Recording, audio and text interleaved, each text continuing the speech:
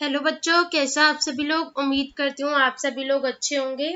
स्वागत है आप लोगों का आज की नई वीडियो में। तो जैसे कि आप लोगों को याद होगा, हमने अपनी आखिरी एसएसटी की क्लास में हमारी एसएसटी की बुक का चैप्टर 2 शुरू किया था, जो था रीशेपिंग इंडियाज पॉलिटिकल मैप, जिसमें हमने दिल्ली सल्तनत के बारे में पढ़ा था कि कैसे दिल्ली सल्तनत इस्टेब्लिश हुई, कैसे उसका राइज हुआ, कैसे उसका फॉल हुआ और कैसे लोधी डायनेस्टी आखिरी डायनेस्टी बनी जो इसने दिल्ली सल्तनत पे राज किया। आज हम उसी चैप्टर को आगे कंटिन्यू करने जा रहे हैं और आज हम थोड़ा साउथ के बारे में भी पढ़ेंगे और फिर हम ये पढ़ेंगे कि कैसे मुगल एम्पायर इस्टेब्लिश हुआ, इसके बारे में भी हम जानेंगे। तो आज हमारा इसी चैप्टर का पार्ट 2 है। तो आगे बढ़ते हैं क्योंकि इंट्रोडक्शन में ज्यादा कुछ है नहीं हमारे पास। बस यही है कि हम आगे अपने पुराने चैप्टर को कंटिन्यू करने जा रहे हैं और उसका इंट्रोडक्शन आप लोगों को ऑलरेडी पता है। और लास्ट क्लास में जो हमने पढ़ा था मैंने आपको थोड़ा सा रिवाइज करवा दिया है कि हमने पढ़ा था कि दिल्ली सल्तनत में कौन कौन सी डायनेस्टीज थी हमारे पास, कि कैसे 5 डायनेस्टीज थी, उन्होंने मिलके हमारी जो दिल्ली सल्तनत है उसे बनाया था, जो थी ममलुक्स की, खिलजीज की, तुगलक्स की, सैयद्स की और लोधीज की। और कैसे ईस्टर्न गंगास पे दिल्ली सल्तनत ना रूल नहीं कर पाई थी और साउथ में होयसलास किंगडम ने भी दिल्ली सल्तनत को रेजिस्ट किया था। तो ये सब हमने पढ़ा था। फिर हमने पढ़ा था कि होयसला किंगडम का नाम कैसे पड़ा था और नरसिम्हा देव वन कैसे रूलर थे। हमने स्लेव ट्रेड के बारे में भी पढ़ा था। हमने अलाउद्दीन खिलजी के बारे में भी पढ़ा था कि वो उसको सेकंड अलेक्जेंडर क्यों बोला जाता है। और हमने मोहम्मद बिन तुगलक के रूलिंग पीरियड के बारे में भी पढ़ा था। फिर हमने तिमूर का इन्वेजन पढ़ा था और उसके बाद हमने पढ़ा था कि उसकी वजह से दिल्ली सल्तनत पे क्या फर्क पड़ा था। आज आगे बढ़ते हैं हम। आज हम शुरू करेंगे विजयनगर एम्पायर के बारे में से। विजयनगर एम्पायर अगर आपको नाम याद आ रहा हो तो हमने अपना जो इंग्लिश का पहला चैप्टर पढ़ा था उसमें भी हमने विजयनगर की बात करी थी। द विट दैट बॉर्न हर्ट में भी हमने विजयनगर की बात करी थी। तेनालीरामा की जो हमने स्टोरी पढ़ी थी, तो ये विजयनगर की बात हो रही है। विजयनगर 14th सेंचुरी के आसपास इस्टेब्लिश हुआ था। 2 भाई थे जिनका नाम था हरिहर और बुक्का। इन लोगों ने मिलकर विजयनगर एम्पायर को, या इन लोगों ने मिलकर फाउंड किया था, जो आगे जाके जो इन्होंने जगह फाउंड करी थी वो आगे जाके विजयनगर एम्पायर के नाम से जानी गई। और विजयनगर एम्पायर के नॉर्थ में अगर जाएंगे तो वहां पे बहमनी जो थे वो उनके राइवल्स थे। और बहमनी जो डायनेस्टी थी, वहां पे जो बहमनी था वो बाद में 5 इंडिपेंडेंट सल्तनत में ब्रोक हुआ, जिन्हें हम डेक्कन के नाम से जानते हैं। जिसमें थे जिनके अंदर कौन सी 5 जगह थी वो है कि बीजापुर, गोलकोंडा, बेरार, अहमदनगर और बिदार।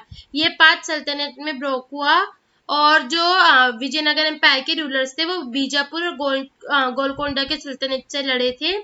और साथ ही साथ गजपति रूलर्स ऑफ ओडिशा से भी लड़े थे वो लोग, मतलब गजपतियों से भी लड़े थे जो ओडिशा के रूलर्स थे, जो ओडिशा पे राज करते थे। ये विजयनगर एम्पायर की ईस्ट में जाएंगे तो ये वहां पे उनके राइवल्स थे, वहां पे उनके दुश्मन थे। ठीक है, यही बातें यहाँ पे आपको हिंदी में दे रखी है। आगे बढ़ते देखो, ये हमारे पास मैप है। ये मैप हमें दिखा रहा है कि कहाँ पे जैसे हमने पहले भी देखा था ना कि कौन सी डायनेस्टी कहाँ पे, तो ये उसका मैप है। तो जो ऐसे करके लाइंस दे रखी है हमें बता रहा है गजपति किंगडम, मतलब जो ओडिशा साइड का हमने देखा है। फिर जो हमारे पास यहाँ पे आप देखोगे ये जो ब्राउन कलर में है ये पूरा हमारे पास ब्राह्मणी सुल्तानेत का है। फिर ये नीचे पूरा जो है वो येलो कलर से वो है विजयनगर एम्पायर। और जो ऐसी ऐसी लाइंस है वो है विजयनगर एम्पायर अंडर महाराज कृष्णदेव राय, कि जो हमारे महाराज कृष्णदेव राय थे उनके अंडर कौन कौन सा था। तो मैं आपको एक बार जूम करके दिखा देती हूँ पूरा मैप। देखो, ये वाला जो हमारा पूरा एरिया दिख रहा है आपको, ये वाला जो हमारा पूरा एरिया है जिसमें ये लंबी लंबी लाइंस हैं, ये है हमारा सारा गजपति किंगडम का। कौन सा? ये हमारा पूरा गजपति किंगडम का एरिया, की जो गजपति किंगडम के अंदर आता था। ठीक है, आगे अब हम देखते हैं हमारा बहमनी सुल्तानेत। तो ये वाला जो पूरा एरिया है ये अहमदनगर, बेरार, बिदार, गोलकोंडा, बीजापुर, ये बहमनी सुल्तानेत। हमने पीछे भी पढ़ा है कि बहमनी जो एरिया था वो इन 5 में था। तो ये हमारा पूरा बहमनी सुल्तानेत है। ठीक है, अब ये जो आप एरिया देख रहे हैं पूरा ऑरेंज कलर से जो एरिया है ये पूरा, ये हमारा विजयनगर एम्पायर। क्या है ये हमारा पूरा विजयनगर एम्पायर है, जो उस वक्त महाराज कृष्णदेव राय, मतलब ये उस वक्त का विजयनगर एम्पायर। और उसके बाद यहाँ पे ये जो हमारे पास लाइन से डिनोट कर रखा है ऐसे ऐसे करके, तो ये वो वाला विजयनगर एम्पायर है जो महाराज कृष्णदेव राय के अंदर अंडर आता था। तो देखो ये यहाँ से एक्सपेंड होते हुए पूरा यहाँ तक का जो हमारे पास एरिया है, देखो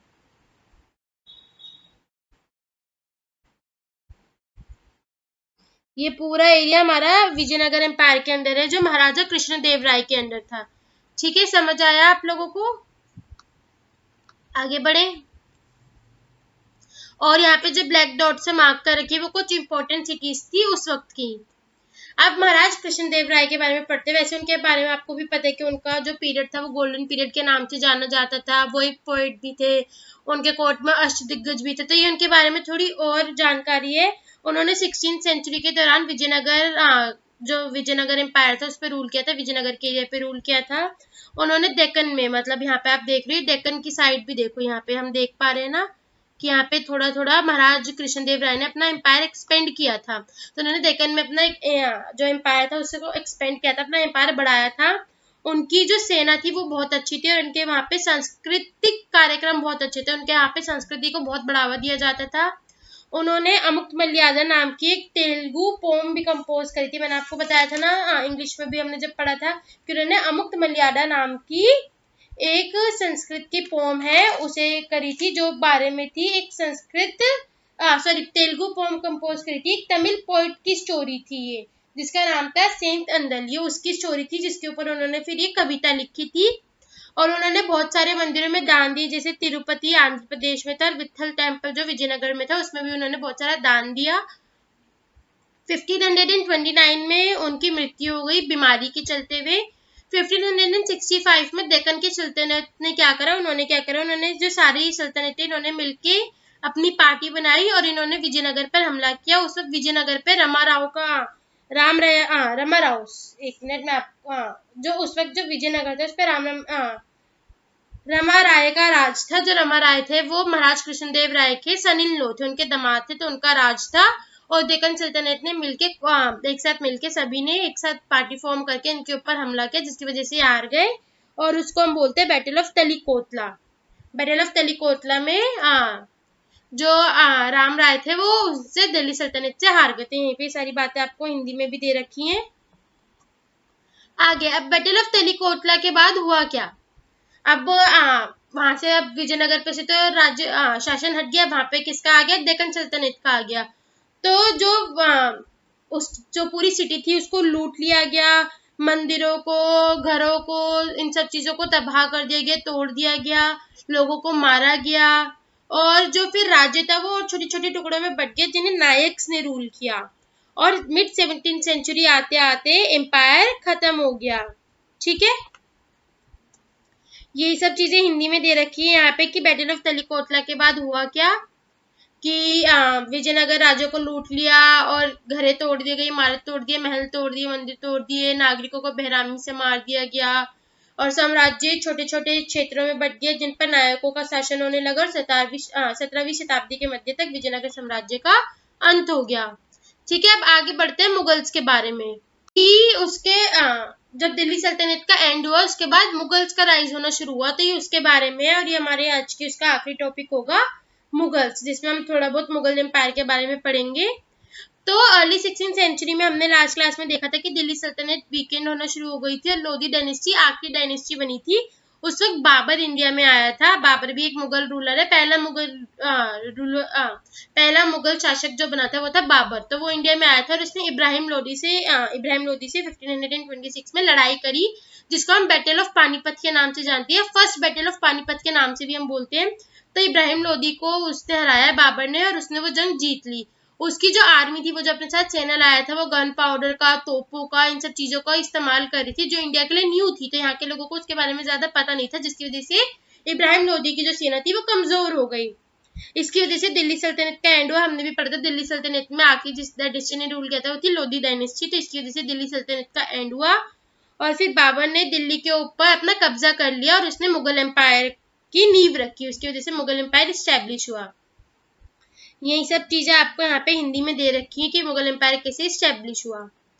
अब बाबर का इंडिया के बारे में क्या ख्याल था? बाबर कभी भी ना इंडिया पे कब्जा करने के उससे नहीं आया था। उसने अपनी ऑटोबायोग्राफी में ये बता रखा है, बट फिर भी उसने कब्जा किया। बाबर एक टर्किक मंगोल रूलर था जो सेंट्रल एशिया से था। वो एक बहुत अच्छा लड़ाईबाज था, एक अच्छा कमांडर था और बहुत ही बुरा या जालिम शासक था।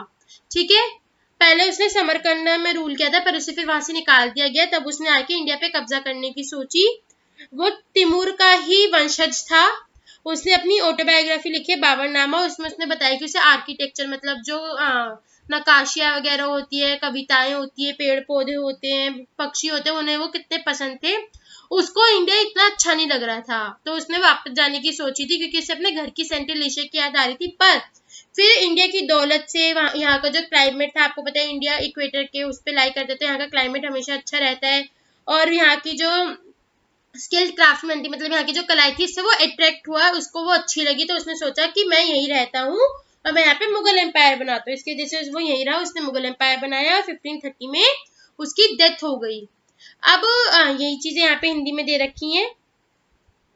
ठीक है, अब बाबर की डेथ हो गई। उसकी डेथ के बाद हुआ क्या, तो बाबर का जो बेटा था हुमायूं, उसने बहुत कोशिश करी कि वो राज्य को बचा के रखे, पर उससे वो नहीं हो पा रहा था।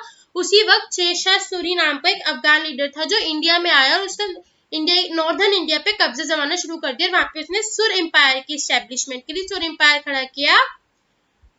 और हिमू जो पहले मिलिट्री कमांडर था और एक चीफ मिनिस्टर था शेरशाह सूरी के अंडर, वो वो एक आखिरी मतलब वो आखिरी बना जिसने सुर एम्पायर के अंडर जिसने राज किया। तो वो आखिरी बना सुर रूलर्स में, और उसने दिल्ली के ऊपर अपना कब्जा कर लिया। और उसने हेमचंद्र विक्रमादित्य के नाम से दिल्ली के ऊपर अपना शासन चलाया बहुत टाइम तक। उसके बाद धीरे धीरे हुमायूं भी उसमें आने लगा। फिर हुमायूं का बेटा आया बाबर, या फिर ये बोल सकते हो अकबर का पोता, अकबर का ग्रैंडसन आया जिसका नाम था बाबर का ग्रैंडसन आया जिसका नाम था अकबर। और उसने फिर हेमचंद विक्रमादित्य से लड़ाई करी, और उसने उसे पानीपत के जंग में फिर से हरा दिया। ये सेकेंड बैटल ऑफ पानीपत थी, जिसमें अकबर जीत गया और हिमू हार गया। और उसके बाद अकबर ने मुगल्स के लिए दिल्ली पे शासन कंटिन्यू रखा। ठीक है, आगे हम अपनी अगली क्लास में हम पढ़ेंगे अकबर के बारे में कि कैसे अकबर ने शासन किया। उसके बाद हम और भी मुगल रूलर्स के बारे में पढ़ेंगे, जैसे हम औरंगजेब के बारे में पढ़ेंगे, बीच बीच में थोड़ा बहुत शाहजहां वगैरह के भी बारे में जानेंगे। मैंने इस वीडियो में इसलिए ज्यादा कवर नहीं करा कि वीडियो बहुत लंबी हो जाएगी। तो मेरा आज हमने जो कवर किया आपको समझ आया होगा। अब हम एक बार एनसीईआरटी ग्लिम्पसेस देख लेते हैं। वैसे आपको पता है पीछे नोट्स पूरे एनसीईआरटी के थे, फिर भी तो यहाँ पे विजयनगर एम्पायर का दे रखा है कि कैसे 14th सेंचुरी में स्टेब्लिश हुआ था। और दो ब्रदर हरिहर बुक्का जो पहले मोहम्मद बिन तुगलक के अंदर गवर्नर्स थे, उन्होंने दिल्ली की अथॉरिटी को रिजेक्ट कर दिया था और उन्होंने इंडिपेंडेंट अपना एक खुद का राज्य बसाया, जो आगे चल के विजयनगर एम्पायर के नाम से जाना गया। नॉर्थ में उसकी बहमनी सल्तनत राइवल थी, और जो डेक्कन सल्तनत में बटी हुई थी ये उसके 5 थे, और ये तरफदार के द्वारा रूल की जाती थी। और ईस्ट में उसके गजपति रूलर्स और ओडिशा वो उनके दुश्मन थे। फिर यहाँ पे कृष्णदेव राय के बारे में बता रखा है कि 16th सेंचुरी में कृष्णदेव राय ने रूल किया था, और उन्होंने डेक्कन के ऊपर कब्जा करा था, और उनके पास बहुत अच्छी सैन्य ताकत थी, और कल्चरल भी उनका बहुत अच्छा था। और उन्होंने उनके जो संस्कृत तेलुगु कन्नड़ इसके जो कवि थे इनको भी बहुत इज्जत दी थी, और उन्होंने खुद भी मलयाड़ा नाम की पोएम कंपोज करी थी, जो अंदल नाम के एक तमिल पोएट के ऊपर थी। उन्होंने बहुत सारा दान भी किया था मंदिरों में। ठीक है, ये सब बातें यहाँ भी दे रखी हैं। ठीक है, 1529 में वो इलनेस से मर गए। 1565 में डेक्कन सल्तनत ने अपनी खुद की वो बनाई, सब लोग एक साथ मिलके आए, और उन्होंने विजयनगर पे उस वक्त जब रमन आया राज कर रहे थे, उन्हें हरा दिया, जो कृष्णदेव के सन इन लो थे। ठीक है, बैटल ऑफ तलीकोटा में। उसके बाद एम्पायर छोटे छोटे उसमें बढ़ गया, जो नायक्स ने रूल किया था। और इस साथ ही साथ Vijayanagar empire mid of 17th century तक एंड पे आ गया। उसके बाद बाबर आया, तरकईक मंगोल रूलर। ठीक है, और उसको समरकंद से बाहर निकाल दिया गया था। पहले वो समरकंद पे रूल करता था, पर उसे वहां से बाहर निकाल गया था, और वह तिमूर का वंशज था, और उसने इब्राहिम लोदी को बैटल ऑफ पानीपत में 1526 में हरा दिया था। यही चीजें यहाँ पे हिंदी में दे रखी है। उसने मुगल एम्पायर इस्टेब्लिश किया, और उसने दिल्ली के थ्रू उसने मुगल एम्पायर इस्टेब्लिश किया। 1530 में उसकी डेथ हो गई। उसका बेटा हुमायूं अच्छे से कंट्रोल नहीं कर पा रहा था दिल्ली, उसकी वजह से शेरशाह सूरी ने अटैक किया और उसने दिल्ली पे कब्जा कर लिया। पर धीरे धीरे हुमायूं वो होने लगा और हीमू आखिरी बना था जिसने दिल्ली पे राज किया हेमचंद विक्रमादित्य के नाम से। और फिर हीमू को हरा के बाबर का जो ग्रैंडसन था, बाबर का पोता अकबर, मतलब हुमायूं का बेटा अकबर, उसने हीमू को हरा दिया और उसे बंदी बना लिया और उसने वापस दिल्ली पे राज करना शुरू कर दिया मुगल्स के लिए। ठीक है, यही था हमारा चैप्टर। अभी तो इसके और पार्ट्स आने बाकी है। उम्मीद करती हूँ आपको जो अभी आज हमने डिस्कस करा वो समझ आया होगा। अगर आपको समझ आया है तो इस वीडियो को लाइक करना, चैनल को सब्सक्राइब करके बेल आइकन जरूर दबाना। कुछ भी डाउट हो, कुछ भी जो समझ नहीं आया, वो आप मुझसे कमेंट सेक्शन में पूछ सकते हो। बाकी इस वीडियो को अपने दोस्तों के साथ ज्यादा से ज्यादा शेयर करना ताकि उनकी भी मदद हो जाए। बाकी thank you so much for watching. मिलते हैं अगली वीडियो में, तब तक के लिए गुड बाय।